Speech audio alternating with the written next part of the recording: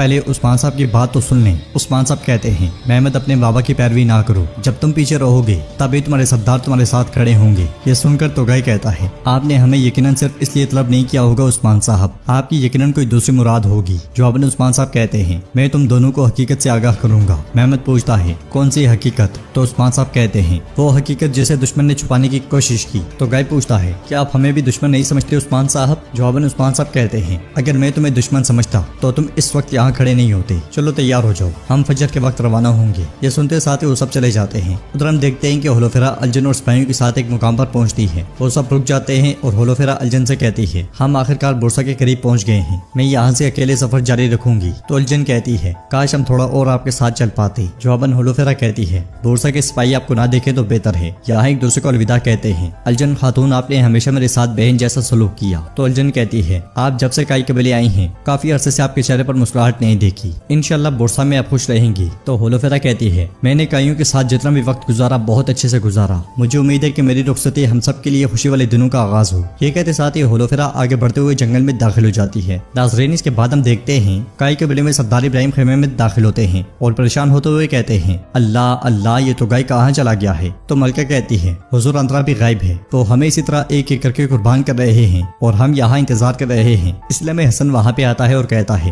بالا خاتون آپ دونوں کے منتظر ہیں۔ تو ملکہ کہتی ہے اسے دیکھو تو ذرا، کیا ہم جا کر اس کے قدموں میں گر جائیں؟ سردار ابراہیم بھی کہتا ہے بالا خاتون کو جو بھی کہنا ہے یہاں آ کر کہیں، میں کسی کے پاس چل کر نہیں جاتا۔ جواباً حسن کہتا ہے بالا خاتون کا حکم ہے تو آپ جائیں گے ابراہیم صاحب، نہیں تو ہم آپ کو زبردستی بھی لے کر جا سکتے ہیں۔ یہ سن کر سردار ابراہیم کہتا ہے تم ہمارے قیدی ہونے کا فائدہ اٹھا رہے ہو ہاں؟ یہ کہتے ساتھ ہی وہ تینوں چل پڑتے ہیں۔ جنگل میں الجھے کونور اور بران کے پاس پہنچتا ہے۔ کونور پوچھتا ہے تم کہاں رہ گئے تھے الجھے؟ تو الجھے کہتا ہے میں نے بہت دنوں سے اتنا مزہ نہیں کیا تھا، کائی کا عظیم سردار گندوز وہ جس سرزمین کو اپنا کہتا تھا میں نے اسے اسی میں دفن کر دیا ہے، وہ مر گیا، ختم ہو گیا، مٹ گیا۔ یہ سن کر بران اور کونور کو بہت غصہ آتا ہے۔ الجھے کے دیکھنے پر کونور کہتا ہے تمہارے ہاتھوں کو کوئی تکلیف نہ پہنچے، اچھا تو عثمان کا کیا ہوگا؟ کیا وہ ہمارا تعاقب نہیں کرے گا؟ جواباً الجھے کہتا ہے یقیناً کرے گا، لیکن عثمان اب ایک زخمی بھیڑیا ہے، اب ہم اکیلے نہیں ہیں، قسطنطین پالیوروگوس اب ہمارے ساتھ ہے، وہ جلدی اس سرزمین پر ہوگا، میں نے اسے خبر بھیج دی ہے۔ بران پوچھتا ہے یہ قسطنطین کون ہے؟ تو الجھے کہتا ہے بازنطین کا عظیم کمانڈر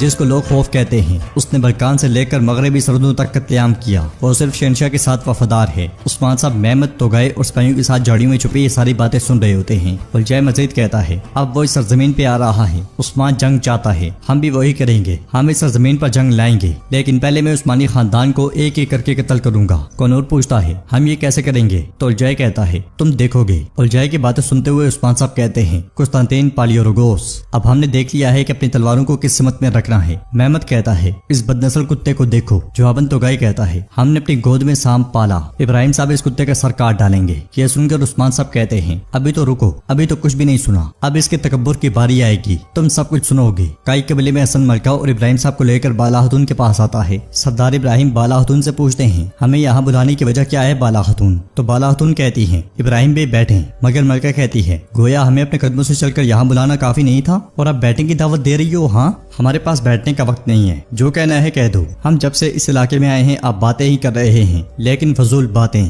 بالا خاتون کہتے ہیں یا تو آپ میری بات نہیں سن رہے یا آپ میری بات سمجھ نہیں رہے۔ سردار ابراہیم کہتا ہے اصل مسئلہ کیا ہے بالا خاتون یہ بتائیں۔ یہ سن کر بالا خاتون گونجا سے کہتی ہیں گونجا ایسا لگتا ہے جیسے تھوڑا سا اندھیرا ہو رہا ہے نا؟ ان موم بتیوں کو جلا دو ایک دوسرے کو بہتر طور پر دیکھنے کے لیے۔ یہ سنتے ساتھ ہی گونجا موم بتیوں کو آگ لگا دیتی ہے، جسے دیکھ کر ملکہ بہت پریشان ہو جاتی ہے کیونکہ اس نے آندرا سے یہاں زہریلی موم بتیاں رکھوائی تھیں۔ پھر بالا خاتون کہتی ہیں عثمان صاحب الجھے کو لینے گئے ہیں، وہ جعلی قاضی کا معاملہ۔ تو سردار ابراہیم ان کی بات کاٹتے ہوئے کہتے ہیں بالا خاتون یہ بات میں عثمان صاحب سے بھی کہہ چکا ہوں، ہمارا اس جعلی قاضی کے معاملے سے کوئی تعلق نہیں ہے، آپ مزید کیا خلط ملط کر رہی ہیں؟ جواباً بالا خاتون کہتی ہیں اچھا تو جعلی قاضی آپ کے سرزمین سے آنے کی خبر بھی نہیں آپ کو؟ گونجا ان کی بات آگے بڑھاتے ہوئے کہتی ہے اور یہ کہ اسے